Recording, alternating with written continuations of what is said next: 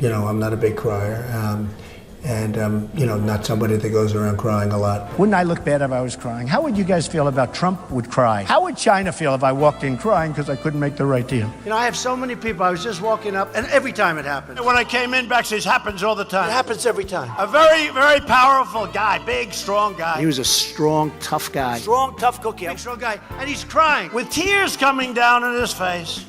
Said, "Thank you, Mr. President, for saving our country." This happens all the time. Thank you, sir, for saving our country. And he was crying. And I'm telling you, he was crying. I don't think this guy cried when he was a baby. In fact, I looked at him and I said, I wouldn't want to fight these guys. Well, they were strong, tough men and women. And half of them were crying. A big, strong guy grabbed me. And he was almost crying. Half of them had tears coming down their face. Of the 9, 8 of them were crying. They were crying. I mean, there were like 8 or 9 of them, and only one wasn't. And I said, "What's your problem?" And I don't cry. Very tough, very strong, very powerful men. They were crying, actually. And they were crying with happiness. One person came in and actually just broke down and started crying. There's something very special about this place. I won't tell you who, but the biggest, from the biggest companies. And they walk into the Oval Office and they start crying. The person came into the Oval Office and started to cry. This is a tough person. Crying, Chuck. Remember, he was crying. He was trying so hard that actually they weren't tears, it was sweat. When Jimmy Swaggart cried, it was nothing compared to Da Nang Richard. You remember the tears from the fake news media when it was obvious that we were going to win. These people are very fair. They're crying. You see, they were crying. One. Tears flowing down their face. The President of the United States at the White House. See what happens. Okay? Thank you. Thank you very much. How much longer is the United States will be able to tolerate the presence of Nicolas Maduro in the Palacio de Miraflores? Because currently there is a new president that you recognize as official president, but he's living in Miraflores. How much longer? Well, I have great respect for the man that many people think is the real president of Venezuela. He's very brave. It's a very brave situation, what he's doing, as you know. I've seen what's happened in the streets, and I've seen what's happened with executions, so I really give him a lot of credit. And I think it's going to work out very well. Do you still consider any military solution for Venezuela? Well, I think there are a number of solutions, a number of different options, and we look at all options. And are you thinking in sending troops to Colombia? I never talk about that.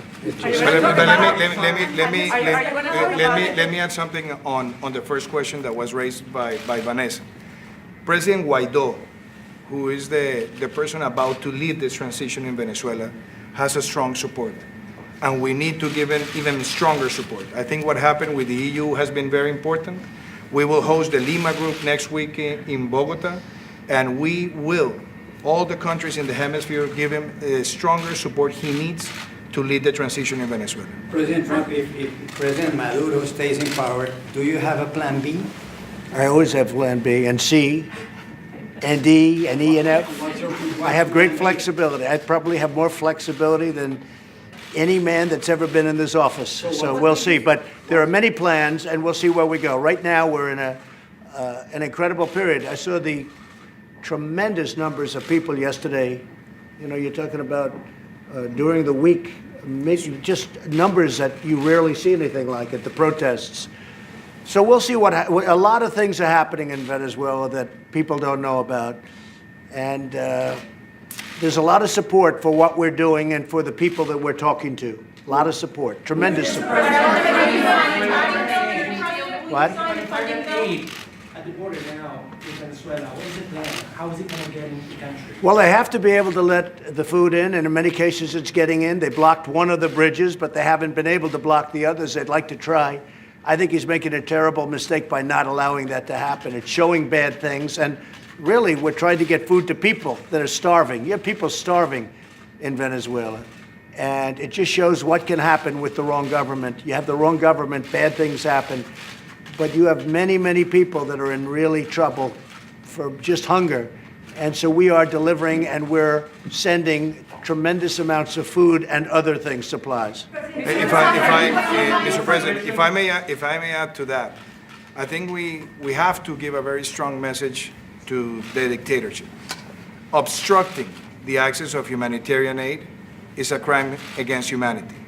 And we have to ensure that the humanitarian aid gets to the Venezuelan people, and Colombia is highly committed to receive humanitarian aid from the U.S. and other countries so that it can access Venezuela and help the Venezuelan people face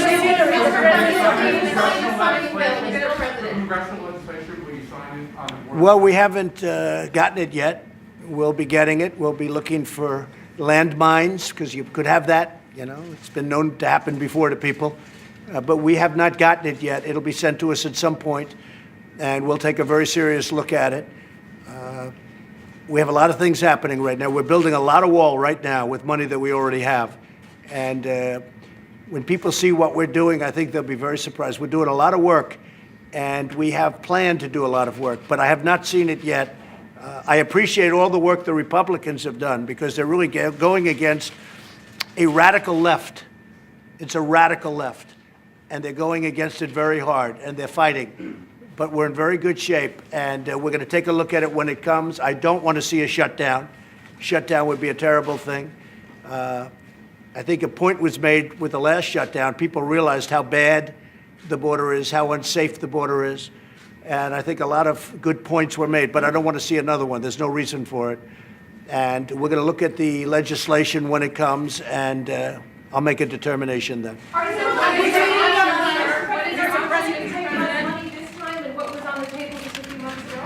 Actually, it will be, regardless of what I do, you know, we already have, as you know, a lot of money where we're building existing wall with existing funds, but I have a lot of options. Just like we do with Venezuela, we have on the border. And we have a lot of options, and a lot of things are happening, very positive things. You know, the numbers are almost $23 billion, which you don't report too often. It's about an 8% increase over last year. So if you look at the total funding, it's almost up to $23 billion. It's about 8% higher. The border area is happening. It's going to happen at a really rapid pace. We're giving out contracts right now, and we're going to have a great wall. It's going to be a great, powerful wall. People will not be able to get through that wall very easily. And I think you see that. I think you see it happening. It's very important. It'll also have technology. It'll have drones. It'll have everything else we have. If you look at the other elements, ICE funding will be complete. We have other things happening which people aren't talking about, but we've got a lot of funds for a lot of other things. But with the wall, they want to be stingy. But we have options that most people don't really understand. Are you considering sending 5,000 troops to Colombia? You'll see. Will you be willing to offer this?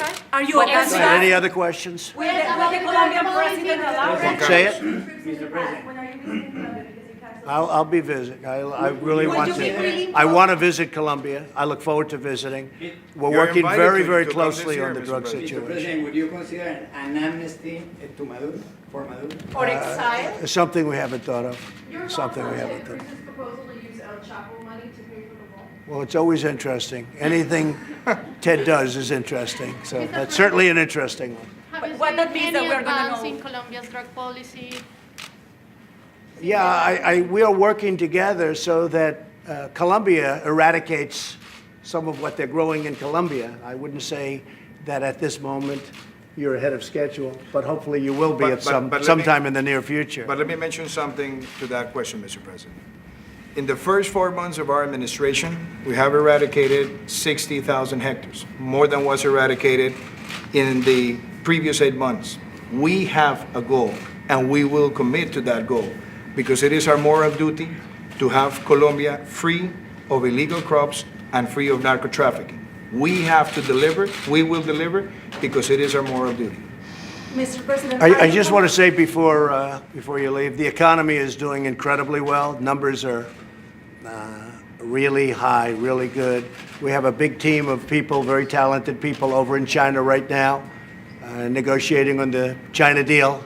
It's going along very well. We'll see what happens, but I think it's going along very well. They're showing us tremendous respect, and something which a lot of countries didn't used to show the United States. They're showing us respect now. Big difference from the old days, I will tell you that. So the deal with China is going very well. The economy is doing fantastically. You saw the Gallup poll that came out, 69% or so say they're going to be in better shape next year than even this year, and they're very happy right now. And that's the best numbers they've had in 16 or 17 years. But the economy is strong. We have a lot of companies coming into the United States. They want to come into the United States. So we have a lot of good things happening. And the wall is being built as we speak. Thank you all very much. Thank you. So President Trump has called on Congresswoman Ilhan Omar to resign over anti-Semitic tweets. Under pressure from party leadership, the Minnesota Democrat apologized for claiming that money is the reason why U.S. politicians support Israel. The president discussed her remarks ahead of yesterday's cabinet meeting. After first talking about immigration, he then made this transition. One other thing I might want to say is that anti-Semitism has no place in the United States Congress. And Congressman Omar is terrible what she said. And I think she should either resign from Congress or she should certainly resign from the House Foreign Affairs Committee. What she said is so deep-seated in her heart that her lame apology, and that's what it was lame, and she didn't mean a word of it, was just not appropriate. Deep-seated, that old sort of racist belief that Jews are just about money. I mean, you hear people talking at times about Jews and money, and whether it's in politics or whether it's in business, people say, Jews are just, they're great negotiators. I mean, obviously, Mika, that's something that, from what the president just said there, it's something that Donald Trump would never fall victim to himself, never, right? Never, never. I mean, I just want to point out that the tweet was horrible, and you want to look at sort of her history of comments if there are others that are similar, and you want to try and understand where this came from. It wasn't good.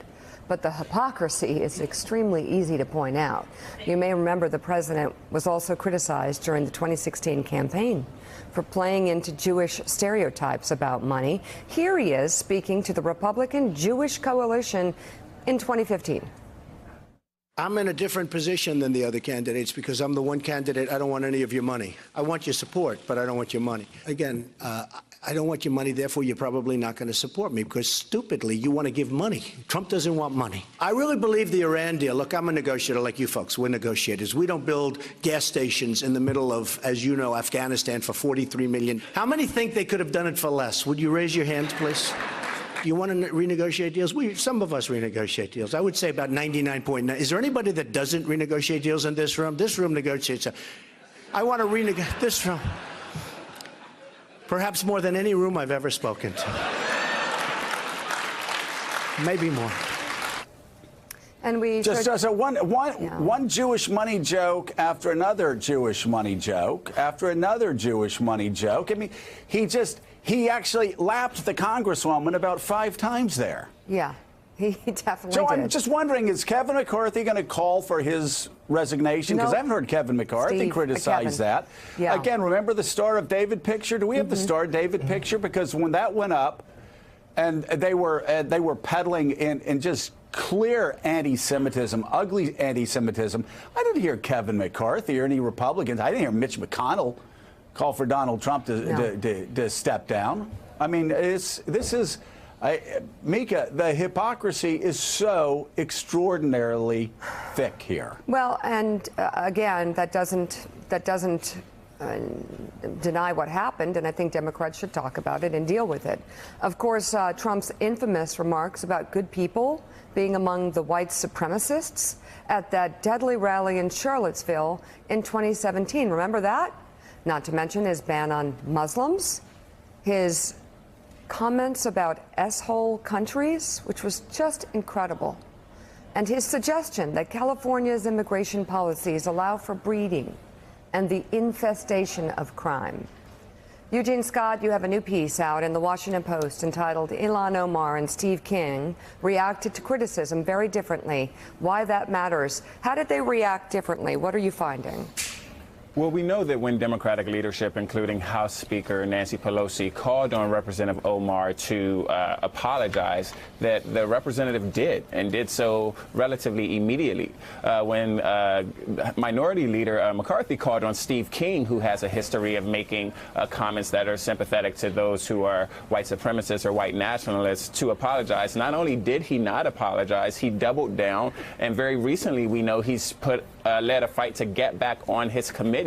And he's taken that cue, one could argue, from the president himself, who has no history of apologizing, despite critiquing how other people apologize, in part because what he is aware of most is what his political opponents say that are problematic, and not he and his own tribe. And he does that because his party members, the base, will not hold him accountable in ways that the Democratic Party will hold people like Representative Omar and even Nancy Pelosi accountable.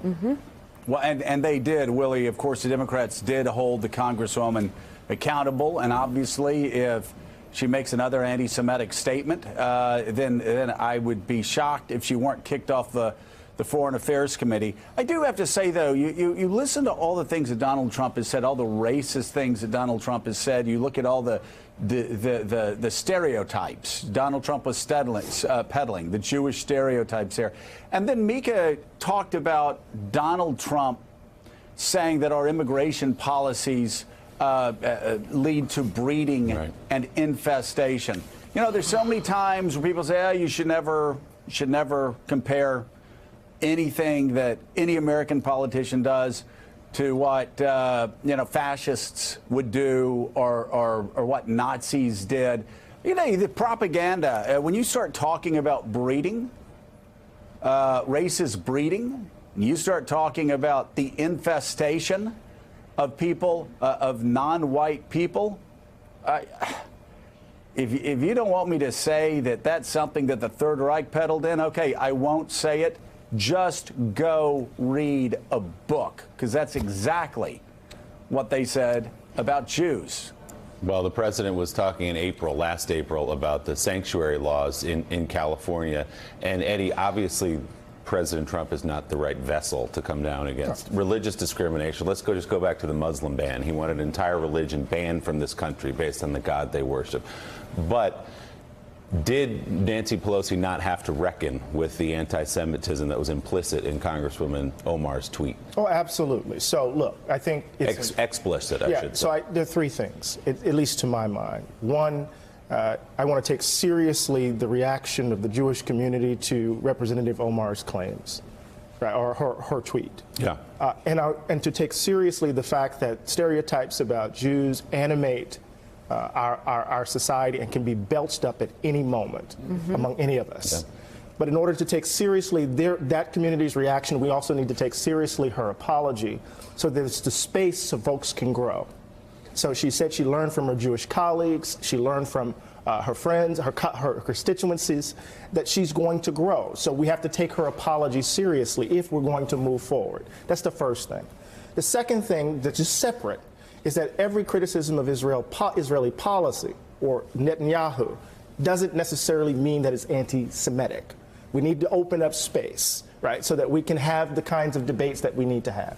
The third thing, and this goes directly to Donald Trump, we are forgetting that what happened in Pittsburgh in that synagogue. Yeah. And folk were invoking George Soros and the Jewish cabal who were funding the caravan, and people died for that reason. Yeah. We're forgetting that Trump trades in the language of globalist.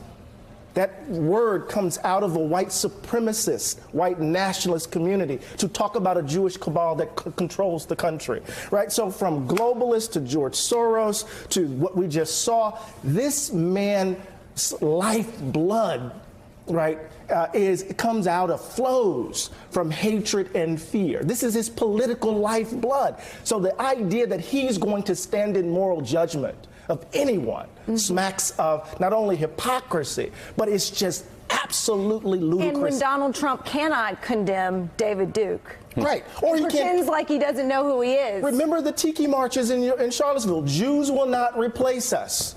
That's what they said. And so the idea that he can make this claim and the idea that Kevin McCarthy can stand with, it just makes my blood boil. Yeah. Because it just shows how hypocritical this is and how let me say this, and that the fact that they don't take the claims seriously, it's just political fodder. Joe. Well, and Republicans have been attacking George Soros for some time, conspiracy theorists. There's always an anti-Semitic smear to it. We just showed you a Kevin McCarthy tweet attacking George Soros about around the time of the Pittsburgh slaughter in the synagogue. It's an absolute game plan, of course, with MAGA and American flag right next to it, attacking George Soros. I will say, though, I'm glad to hear Eddie talking about opening the space of dialogue around the issue. And I agree with him. I saw an article last night from Tablet that says the Congresswoman has used anti-Semitic tropes, and that deserves condemnation, but she also voiced an exceedingly rare willingness to consider her presumptions and to put herself in Jews' shoes. She deserves dialogue and not denunciation. Again, from Tablet, a Jewish news service. And I agree with that, Mika, and I hope that we can extend that beyond just a discussion about Jewish issues, about Israel. I applaud Eddie. I think we need to open the space when we're talking about race, when we're talking about gender, when we're talking about all of these issues that seem to ensnarl people and really stop the sort of debates that we need to have in an age of identity politics. I think at times identity politics run amok that actually stop us from having these kind of conversations that we so desperately need, because in our silence and in the excesses of identity politics, that is where Donald Trump thrives. Yes. And we'll have the conversations here to our own peril, but we'll have them. Thanks for checking out MSNBC on YouTube, and make sure you subscribe to stay up to date on the day's biggest stories. And you can click on any of the videos around us to watch more from Morning Joe and MSNBC. Thanks so much for watching. We're going to move to Washington now, where President Trump has said he's not happy with the deal reached by Democrats and Republicans on Capitol Hill to avoid another government shutdown. Question now, will he sign it anyway? And our chief White House correspondent John Carl has all the latest. Good morning, John. Good morning, George. The president is not happy, and it's not hard to see why. After forcing the longest government shutdown in history, congressional leaders have come up with a deal that actually gets him less money for the border wall. With the clock ticking on another shutdown, President Trump is saying he's not satisfied with the deal struck by congressional leaders. I'm not happy about it. It's not doing the trick. But this time, the president is not threatening a shutdown. Instead, he is suggesting he does not need Congress to fully fund his border wall. We certainly don't want to see a shutdown, but you'll be hearing fairly soon. The bottom line is on the wall. We're building the wall, and we're using other methods other than this. The new deal includes just under $1.4 billion to build a barrier on the southern border. That's less than the $1.6 billion the president rejected in December, and a far cry from the $5.7 billion he originally demanded. Some of the president's staunchest supporters are outraged. Any Republican that supports this garbage compromise, you will have to explain. Immigration hardliner Ann Coulter blasted the president on Twitter, saying, quote, "It's increasingly clear he's afraid to fight for it." But not everybody on the right is denouncing the deal. You never get everything you want all at once in Washington. And after standing by the president during the last shutdown, Republican leaders in Congress are now urging him to sign on. I hope he'll decide to sign it. I think he's got a pretty good deal here. Senior White House officials say the president can act on his own to get additional money for the wall, and that he can do so possibly even without declaring a national emergency. One top official who I spoke to overnight said that the White House believes they can get an additional $3 billion shifted from other projects and other programs, George. But if he tries to do that, you can be sure it will face a legal challenge. Yeah, and it could also be politically dicey if it comes from disaster funding. Absolutely. John Carl, thanks very much.